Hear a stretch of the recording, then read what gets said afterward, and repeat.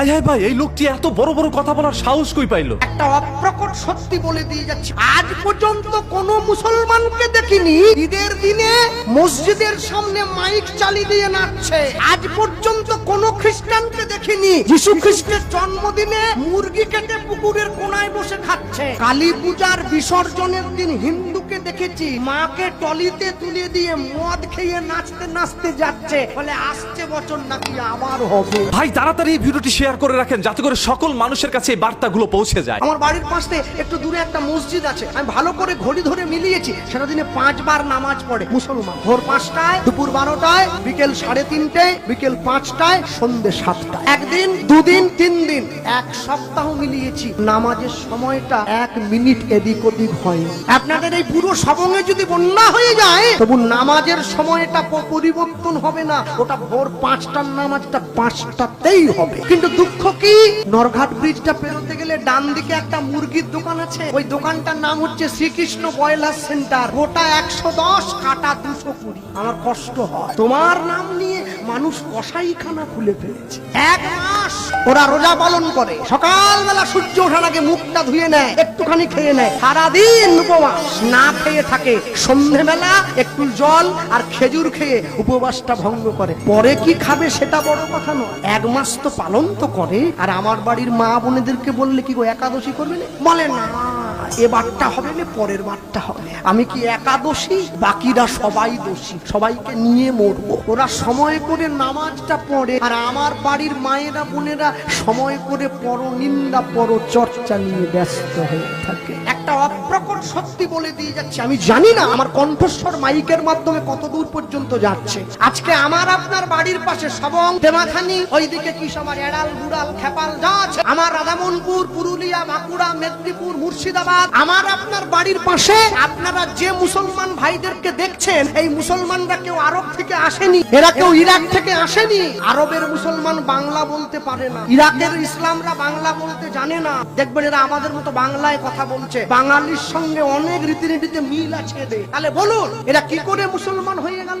এখনো বলছি সময় আছে, নিজের বাড়ির ছেলে মেয়েগুলোকে বাবাকে বাবা বলে ডাকতে শেখাবেন, ড্যাড নয়। মাকে মা বলতে শেখাবেন, মম নয়। বাড়ির ছেলে মেয়েরা পড়াশুনো করে বাবার কাছে 2 দিন পরে এসে বলে ড্যাড তুমি হ্যাঁ, দাঁড়িয়ে দেবে বাড়ির থেকে। আরে একই তো ব্যাপার, আমরা যাকে লাউ বলি ওরা বলে কদু, আর ওরা যাকে দরবেশ বলে আমরা বলি সাধু। আমরা যাকে বাবা বলি ওরা বলে আব্বা জান, আর আমরা যাকে কীর্তন বলি ওরা বলে আজান। বাস স্ট্যান্ডে দাঁড়িয়ে রয়েছি, এমন সময় দেখছি একজন মা এসেছে, কালো পোশাক পরা, নাক মুখ সব ঢাকা, চোখটা বের করা, হাতে তার ছেলের হাত ধরা, মাথায় টুপি, পাঞ্জাবি পরা, লুঙ্গি পরা ছেলে। দেখে বোঝা যাচ্ছে মুসলিম বাড়ির মা। কিছুটা দূরে আরেকজন হিন্দু বাড়ির মা এসেছে, শাঁখা সিঁদুর পরা, ছেলের হাত ধরা। এমন সময় এক বয়স্ক বাবা এসেছে, বড় দাঁড়িয়ে আছে, পেকে গেছে দাঁড়ি, মাথায় টুপি, পাঞ্জাবি, লুঙ্গি। মা গিয়ে ছেলেটিকে ওই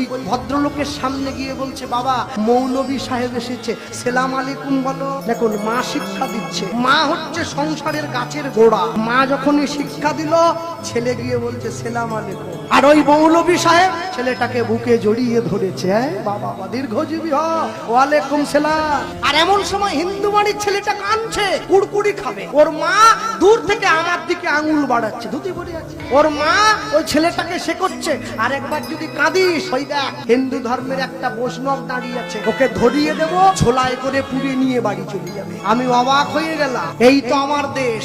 এক ধর্মের মা শেখাচ্ছে তার ধর্মের সাধুকে দেখলে ভালোবাসবে, আরেক ধর্মের মা শেখাচ্ছে বৈষ্ণব দেখলেই পিটাবে। কি উন্নতি হয়েছে দেশটার। এই দেশের আশা করিনি আমরা। ভারত আবার জগৎ সভায় শ্রেষ্ঠ আসন লবে কবে?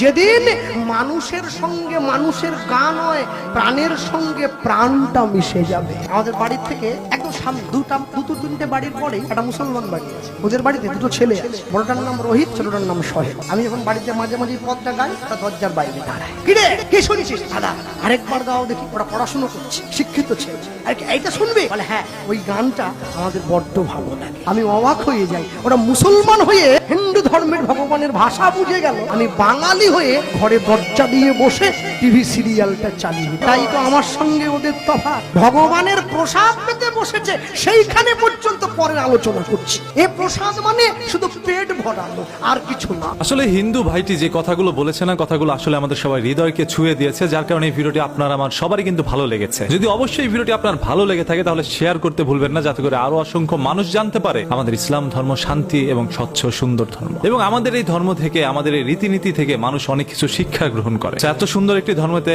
আপনি আমি জন্মগ্রহণ করার পরে অবশ্যই বলবো আলহামদুলিল্লাহ, আমরা একজন মুসলমান, আমরা গর্বিত। যদি আসলে আপনি গর্বিত হয়ে থাকেন, কমেন্ট বক্সটা উন্মুক্ত আছে, আলহামদুলিল্লাহ লিখতে কেউ ভুল করবেন না। এবং এই ভাইটির কথাগুলো আপনাদের কাছে কি মনে হয়েছে সেটাও আপনি কমেন্ট করে আপনার মূল্যবান মতামতটি জানাবেন। যে যার যার ধর্ম তার তার জায়গা থেকে সুন্দর করে পালন করুক, এই আহ্বান জানিয়ে আজকের মতো এখানেই বিদায়।